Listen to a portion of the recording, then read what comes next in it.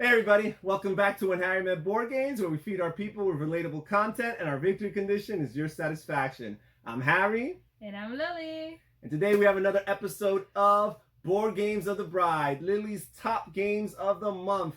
And we'll be focusing on Lily's past month of game experiences, the games that have been new to her, and see what she has to say about these games. And we've been playing lots of new games this month, so let's get straight to it. Are you ready, Lily? I'm ready. All right, so the first game we're going to be talking about is Five Tribes. Woo! Tell us about Five Tribes, Lily. It's coming back. Yeah. Five Tribes, Arabian Nights, or the Dijunas of Nagala, which is the same thing, I guess. Great game. Really liked it. What is it that you called it? A potpourri? What? The Mancala system? Is that what you're talking about? No, you said it was like a point salad. Point salad. Okay, yes, a point salad. That you have many ways of scoring. Yes. I love that. I thought point salad was just the game that I liked, but apparently that's just a play on the word. Yes. So Mancala, never had played it before, but I could totally see how it works. I guess it's one of the oldest games that has been played. Yeah, it's a really old style of game based in Africa. Yep. Mm-hmm. So really enjoyed this game. Essentially, you take some of those pieces, you pick any spot. There's really very little rules involved, it sounds like, right? Because you pick any spot and you're able to move those pieces. The amount of places that the pieces have. So yes. There's 4 pieces, then you move 4 places. Uh-huh. Then you have to drop 1 piece as you go in each spot that you encounter. So you don't have to go in one specific direction. You could choose your direction. And but the last thing is that whatever you end up has to match with the last color of the piece you're dropping on that spot. Yep. And then you're picking up everything that is in that spot of that color. So that's how you end up getting different kinds of meeples. Yep. They have another name, I'm sure. Yes. Well, they in the game they call it VCRs. The tribes. Yeah, they have a different name. Viziers, the elders. They each have a different name. Each of the different colors, thematically like speaking. Yeah. But it's very cool. I really liked it. I've been seeing Harry play this with our niece and nephews. Actually, no, I haven't played with my nephews. I play it? this with Andrew, my friend Andrew, Okay. our friend Andrew. I play this with our friend Junior. Those are really my gamer partners for that. But I remember, like, it caught my attention because it looks like a movie that I would want to see. Yeah. And it does have the Taj Mahal. It's a beautiful looking game. Absolutely. Yeah, it's not Indian, it's Arabian. So it's hard to say. In any case, really great game. Really thoroughly enjoyed it. I mean, it has my favorite colors. It's very easy to learn. It's easy to learn a lifestyle master. I would disagree with you that it's easy to learn. I'm not gonna say it's hard to learn. This is not a heavy game. Here's the thing: it's not necessarily the rules that make it a heavier game. It's the amount of options. For an inexperienced gamer, this could lead to serious analysis paralysis. Yes, analysis paralysis, but it's not because it's hard to learn. It's because, like, well, I mean, that's just life. Just pick one and go. Sure. But again, I think it's like the equivalent of someone knowing a couple foreign languages and then adding a foreign language to their repertoire. Yes, at that point, it might feel easy. But the first time you learn a foreign language, it's tough. This should not be your first foreign language. This is not the first game you should play. But as far as other games we've played, yeah. I guess because I enjoyed it more, I found it to be pretty easy to learn. So don't let it discourage you with the size of the box and the amount of moving pieces. Yes, but it's a very rich game. Very rich game. All right, and the next game we'll be talking about is Cusco. Let's talk about Cusco here. Cusco, another analysis paralysis. Oh yeah, you're right. Yeah, For definitely. you, Wayne. Cusco. Cusco is a remake or a sequel to Tikal, right? Yep. Tikal came first, and also fitting my archaeological self. I've always wanted to be an archaeologist. Never pursued it. Never even came close. Yet I enjoy anything that has to do with dirt digging and the ancient cultures and civilizations. Dirt digging. Cusco, very close to my heart. I've been to Cusco, Peru. And they upgraded stuff because now they have like a 3-dimensional aspect to the temples that they're building. So yes. It's very cool. It's awesome. I guess we have to invest in the new Tikal if they ever operate. I know, right? That it. is we have the older version, Rio Grande version. Where you just change It's, like yeah. the number, right? It's just a flat tile, represents the temple. Very much, and I'm very like into sensory stuff, so really really cool game. This one adds a few more things to it because it has different types of terrain. So it has like lagoons or lakes or whatever, ponds. So if you circle those and your little meeples nearby, and the highest ground, like there's like a thing about the highest ground on this one. Yeah, no, it's really cool because it's area majority, kind of like some other Wolfgang Kramer, one of the designers' games, like El Grande, Tikal. Mm-hmm. But usually with the area majority, it's just whoever has the most in a location. Here it's whoever has the most in a location, but you have to have the most at the highest level. And that is really cool. They have different types of pieces of different shapes, and you could like combine them and stagger them to like elevate the ground. Yes. And then it gets to the point where like whoever's at that highest level, you have no other way of surpassing them because there's no possible combination available with the available pieces. I mean, it's just like so cool. Absolutely. We played it. I was half asleep when we played it the first time. Thanks, Wayne, for taking 3 hours for your stuff. Either way, the second time we played it, did I win? I think you did. Pretty sure I did, which is probably why I remember it better. You might I always remember things better when I'm the winner. As you can tell. Yes. She's a sweetheart, guys. But anyway, it was really cool. I guess because I was already expecting it to be very similar to Tikal. The learning curve was also it had lots of similarities. It had a lot of similarities. Also, it has a lot of different terrains you can come from. So it takes, if you're familiar with Tikal, you have like X amount of points. I think it's 10 points. Yes, and Tikal is 10 per turn that you get to distribute. You want, one for this, one for that. It takes 2 points to get out of a mountain into a tile versus 1 point from the forest into a tile. In Cusco, though, but in Cusco you have 6 points, 6 action points. In Tikal you have 10. Yeah. Okay, so here you have less points, and its stuff is worth more. And you can throw festivals at the end, which is another way because they have like this drawing of cards also.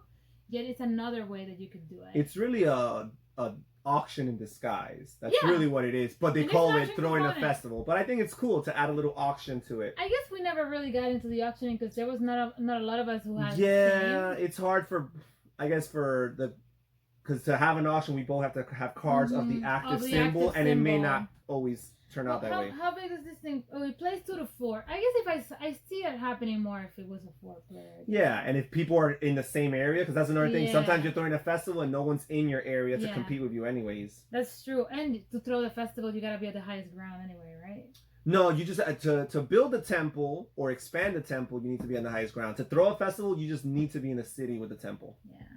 So it's really, really thematic, really, really cool.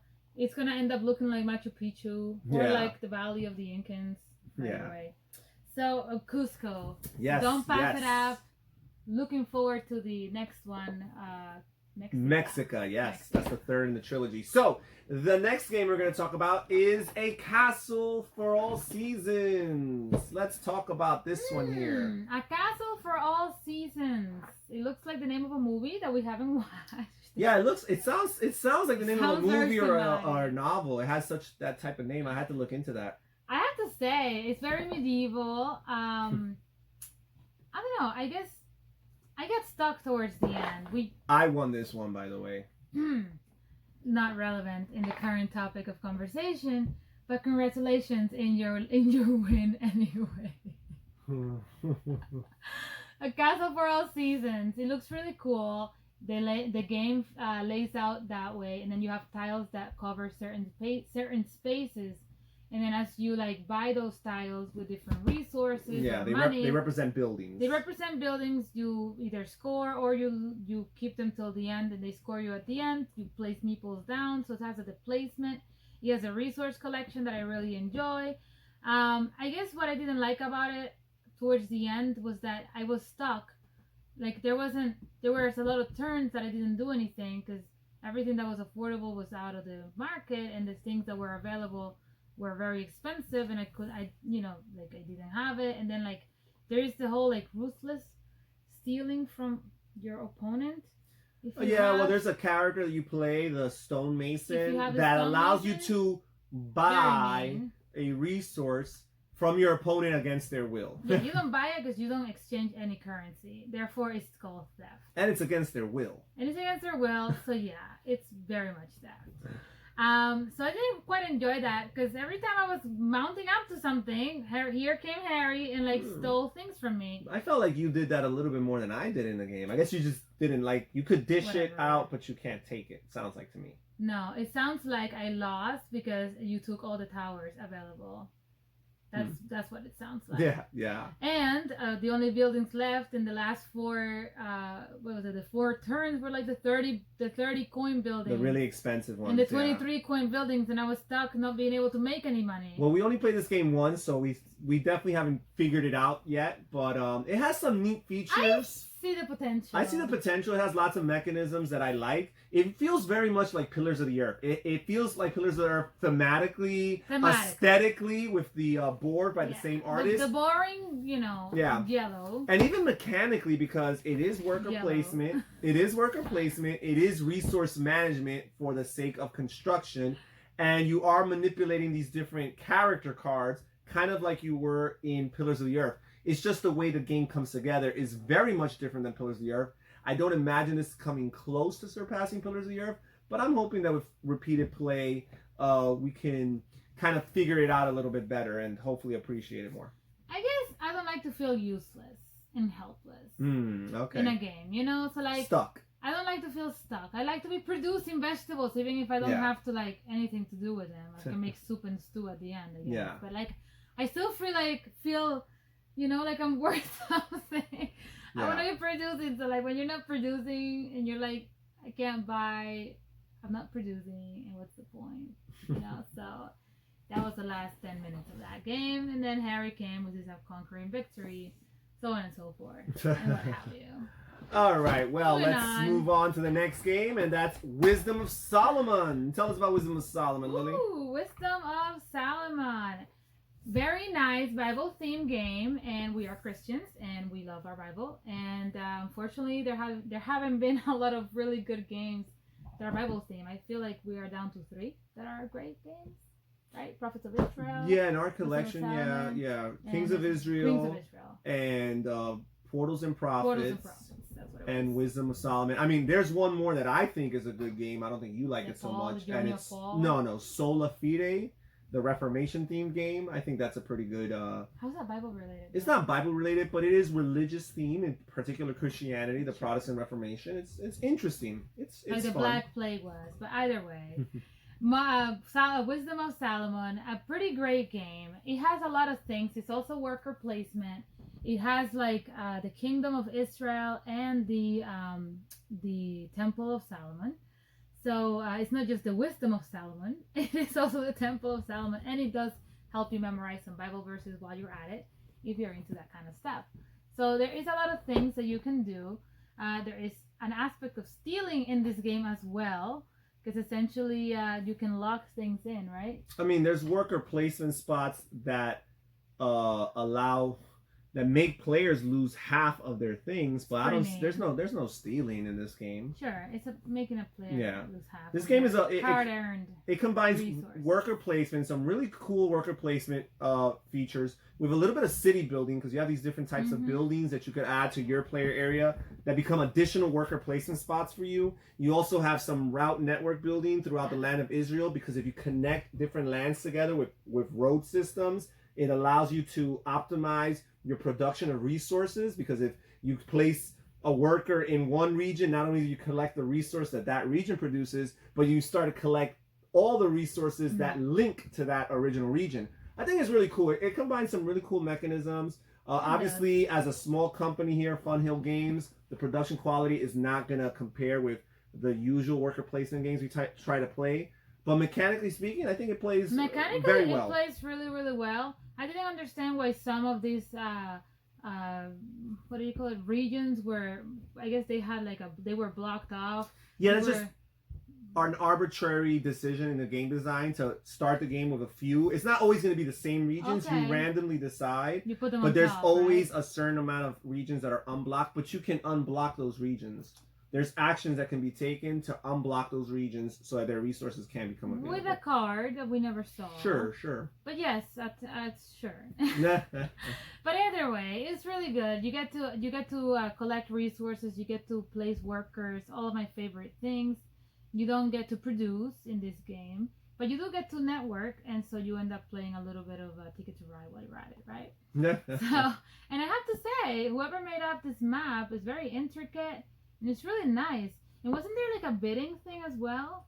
They have like this neck mechanism on the side where you, as the cards drop, they are worth more. Yeah, the cards, you get 2 victory points based on not only the intrinsic value of that card, it's like a building that you add to your player area, but also the different slots along the board have a different number, decreasing in a descending order. So as the cards work their way down, yes, their value for victory points increases. And ultimately, we're trying to build the Temple of Solomon, which is where we get the biggest chunk of our victory points. But yeah, there's a lot of different ways of scoring victory points. Really cool game.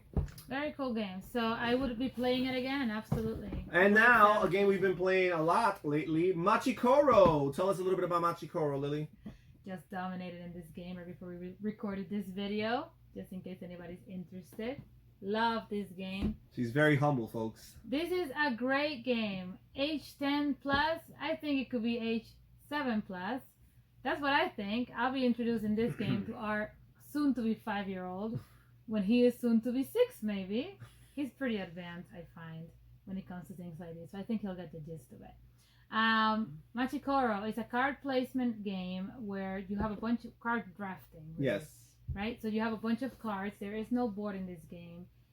We've played it a couple different ways where there was a permanent stack of a bunch of different cards and we just drafted them as we roll a die. Yes. And that die determines what kind of card we score from. So we only start the game with like 2 cards, and then we, according to the money that we collect as the game goes on, we continue buying cards. So as the die rolls, we end up being benefited from those numbers. So like you start only rolling 1 die, then you unlock another card and it lets you roll 2 dice, and so on and so forth. And then you win the game by unlocking 4 major cards that are in front of you, which give you different benefits but are worth a lot of points. So you don't really have those coins available until a while. But it's like a very zen game, a no-brainer. Very light. Very, very light. Very luck oriented. There's a little bit of strategy in it, but it's definitely very light. No, this is definitely more luck based than Sushi Go. I would say Sushi Go requires more strategic. Of course, because Sushi Go is a back and forth thing. Yeah, there's no dice available unless you're doing the Sushi Go. But no, it's very, very fluffy. Very nice. Yeah, very blue, fluffy. My favorite color. Gateway style game. Very fun.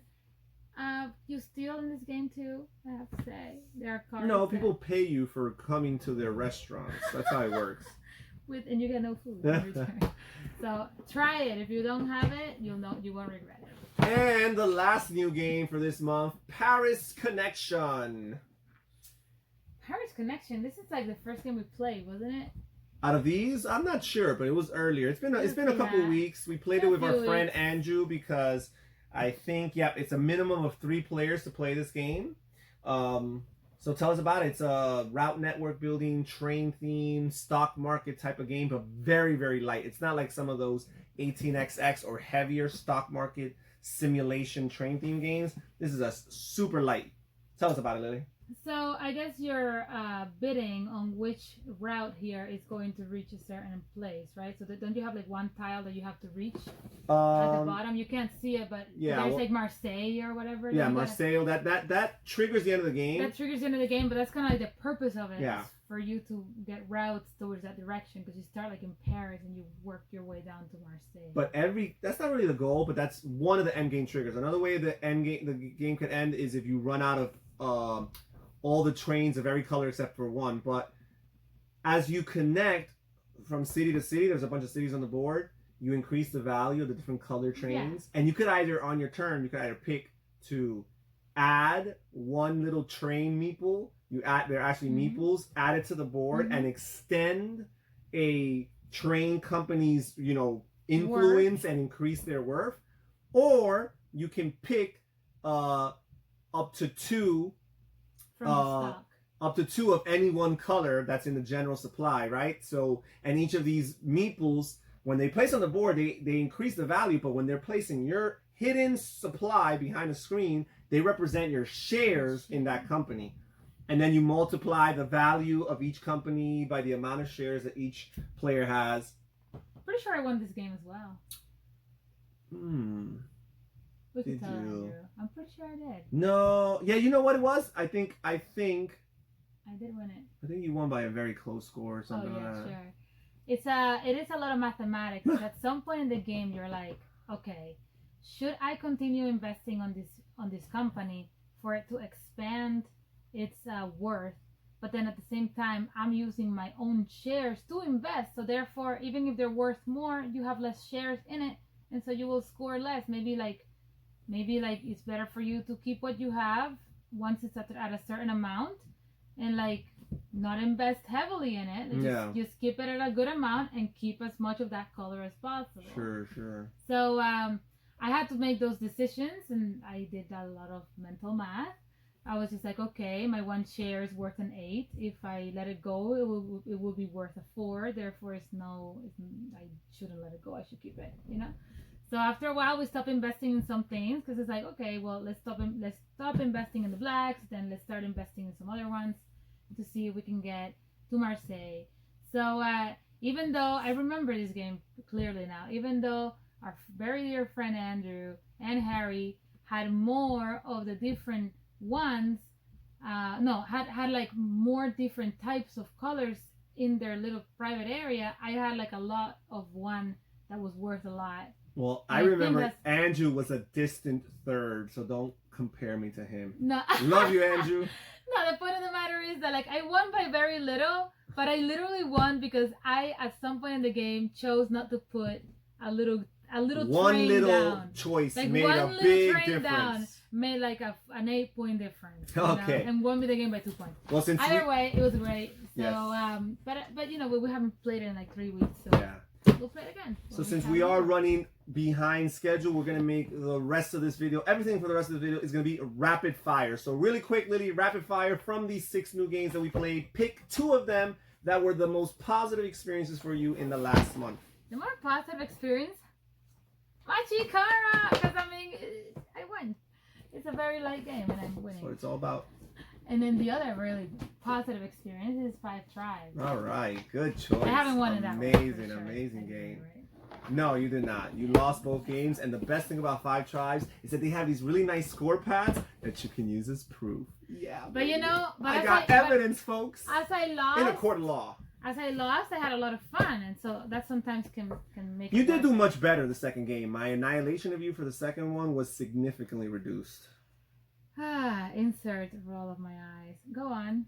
All right, so now that we know that 5 Tribes and Mecha Koro, of course, because she won, were her 2 favorite games this past month, let's talk about some upcoming games. So I'm going to give a brief description of the new games we're going to be learning going forward into this next month. And after I give my description, I want you to tell me 1, 2 at most that catch your interest. All right, so the first one we're going to talk about is Wingspan, the massively popular hit of a game about birds.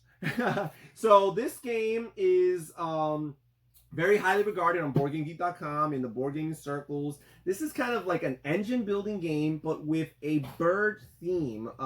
Very interested. Yes, I know, right? So we bought this for a giveaway in the channel, and I also decided let's buy a copy for ourselves. So that is Wingspan. We also have Palazzo, which is designed by Rainer Knizia, and it's not a pretty looking game, published by Rio Grande and Alea, and it's a little bit of an old game, but it is kind of like a very similar game to Alhambra. I don't know if you remember Alhambra, that kind of idea. The tile placing game. But slightly different, and I think there's more of a financial or budgeting aspect to this game because it's Rainer Knizia than there is in Alhambra. And I've heard some people actually say that they like this. People who like Alhambra, I've heard say that they like this better than Alhambra. So there's Palazzo. Then we've got Patchwork Doodle, which is the roll and write version, real new, from Uwe Rosenberg of Patchwork. So we've enjoyed Patchwork in the recent months about polyomino shaped tiles that we're drafting and purchasing in order to place on our quilt board, a grid, and fill up as many spots as possible. But in this case, we're actually penciling them in and drawing them as we roll dice. So there is that. And just to keep with the trend of roll and write games, Harvest Dice, which is a game about planting your garden, but you're actually drawing all the different items in your garden. And again, it's a roll and write game. So which of these games catches your interest the most? Man, they all look really interesting. This looks like a 5-year-old game, though. I am interested. I am a little corny, so I am interested in learning about this Peppa Pig's character here in the back. If you don't know what I'm talking about, it's you gotta pick one or two the most, Lily. Rapid fire. All right, so it's gonna be Wingspan and Doodle.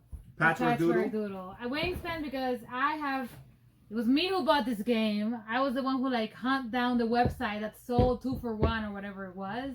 Like no, it wasn't 2 for 1, but yeah, you searched it out. Months ago. Mm-hmm. April, May. I don't even know the pandemic had started. Should we like turn the camera and show everybody our shelf of shame? And I've been harassing, friendly harassment of Harry, telling him to please put it in the table, and he's like, "But we have so many things going on." Anyway, and it's true. We are parents of 2 full-time children. I do work. And also, Lily only enjoys learning games in theory. It's true. I really don't like learning. Like I'm glad I did once it's over, but just the rules. Yes. Anyway, so Patchwork Doodle because it looks like very easy, very fun, and probably the learning curve is very, very low or none. Yeah. And Wingspan because I've been wanting to do it for like 3 months now, maybe even 4. And the art here is beautiful. Awesome. All right, so now we'll move to the final segment of this show, which is upcoming purchases. So I'm going to share a couple of items that are on the queue or on my wish list and see if Lily gives it her stamp of approval. So first one we're going to talk about is I am hoping to buy an expansion for Mecha Koro, Lily's game. And one of the reasons why is because I like the idea of Mecha Koro, but it is so fluffy and so light. I feel like it desperately needs an expansion, right? And one of the reasons why I bought it is to have an additional gateway game, a really light, non-intimidating game for when I have some non-gamers here. And I had a group of non-gamers, but it was 5 of us, and it only plays 4 players. So that's another thing that the expansion remedies. It introduces a 5th player and adds a few more content. So what do you think? I mean, that would be a great purchase. It's just a bunch of cards, right? Like it's mostly cards. Yeah. So more options. I would be interested in seeing how that plays with multiple players. Yeah, I just feel like sometimes we buy an expansion and it's like, oh, it makes the game even better. I just feel like with Mecha Koro, I feel like it needs it, you know? Yeah. It's so light that you wouldn't play it just 2 people for the heck of it. Probably not, yeah, right? Right? Like, you would play it because it's a bunch of us playing it. Yeah, you probably wouldn't have, like, a Mecha Koro marathon. Like, it's such a light and quick game, and yet you never want to play it twice in a row, you know? I would. Oh, my goodness. All right, so again, I won. The next game that I'm considering buying is called Nova Luna. The name doesn't do it all. Okay. Yes. This is an abstract strategy game from Uwe Rosenberg. Okay, all right, you got me there. Who the closest thing to abstract strategy for him is games like Patchwork and that family of polyomino games that he has really invested time into. But this is a different type. This is more like almost Azul-like. But Uwe Rosenberg. Me there. Uwe Rosenberg, Azul, and like some Latin words. Yeah. Now it is a co-designer that he's working with, but very, very intriguing. It looks beautiful, looks very abstract. But Uwe Rosenberg, so I'm definitely curious about that. So what do you think? So when it comes to looks in humans, you have to look further and get to know the person. When it comes to looks in games, that can cover a multitude of sins. So if it looks great, I could put up with something that looks great and doesn't play that great if the designer is Uwe Rosenberg. Yes, so yes. absolutely. I've heard decent things about it. And then finally, the last game on the wish list queue right now is Cosmic Encounter Duel. This is a 2-player implementation of Cosmic Encounter, one of my favorite games of all time. A game that Lily likes, not nearly as much as me, but she likes and appreciates it. But it's a 2-player game. Obviously, the politics, the negotiating, the teamworks and alliances, obviously that's out of the window. But the game does have some different ways of recreating these experiences and these feelings, but with some of the tactical and different alien power stuff that you deal with Cosmic Encounter. So I don't know if you've already watched Harry's Top 10. No spoilers. No spoilers. Watch it. Watch it. I'll tell you what number 1 may be, right? Harry begs me to play Cosmic Encounter 6-player game with the nephews and nieces, right? 6-player, 5-player game? 5-player with 5-player game with the nephews and nieces, and sometimes we played it even 6 players. Like, I never win this game. I'll tell you how much I like this game. First of all, you have won this game because this is a game that more than one person can win. When somebody takes pity upon me and lets me piggyback in their win, when you're a smart politician, because I cook here and I'm not gonna cook for you if you don't let me win with you. That kind of situation, then I may win this game. Lily is the only person in 3.5 years of playing this game that I've seen betray someone on the very first turn. Mind you, she's done it twice. So there's a good reason why Lily does not win this game very often. It's called lack of diplomacy. People are haters, and they're all turned against me. Even Gamer Kate. All right, this is not about Cosmic Encounter. I see you. Gamer Kate. All right, this is about Cosmic Encounter Duel. So, what do you think? I think that if we buy this game, this is all we're gonna be playing until the end of the year. No. Have you met me? Absolutely. That's what Have you met me? Lily's biggest complaint is, why don't we play this game more? Why don't we play this game more? Because even if a game is in my top 5, I gotta give you more credit than that. You did buy Seven Wonders Duel, and it's been a tameable thing. So you know what? I actually like Seven Wonders Duel a pretty good amount. Yeah, I know that. Speaking, so it may surprise me, and I may end up liking Cosmic Encounters more. I don't like this warp situation where I lose all my ships and never see them again. You do see them again. You're smart. I never see them again because no one invites me to defend them, and then I never can get them back. Anyways. Okay, enough of that. All right. Unbegrudgingly. What is it? Unbegrudgingly?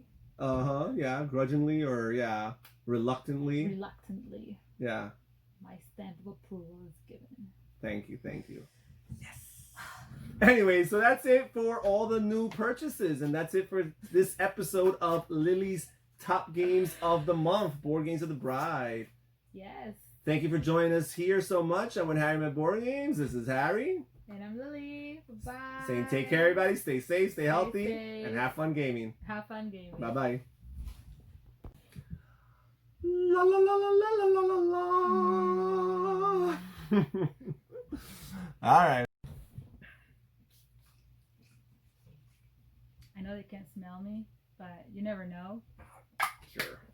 Hey everybody, welcome back to When Harry Met Board Games, where we feed our people with relatable content, and our victory condition is your satisfaction. Aye.